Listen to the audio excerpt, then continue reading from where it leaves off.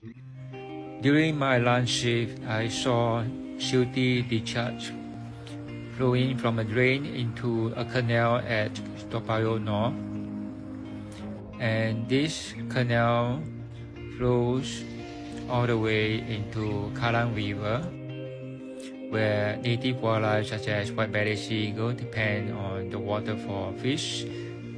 And Kallang River eventually flows into Marina Reservoir, where the water is treated for drinking.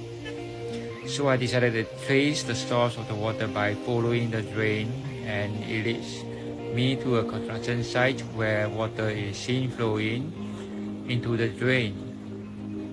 And I traced the muddy water to this construction site called Toa Payoh Ridge PTO site.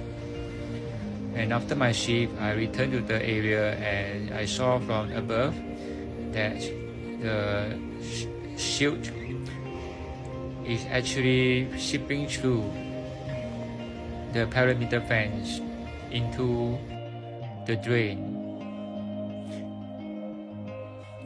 It is hoped that proper erosion control measures is observed so as to avoid harming the wildlife and ourselves.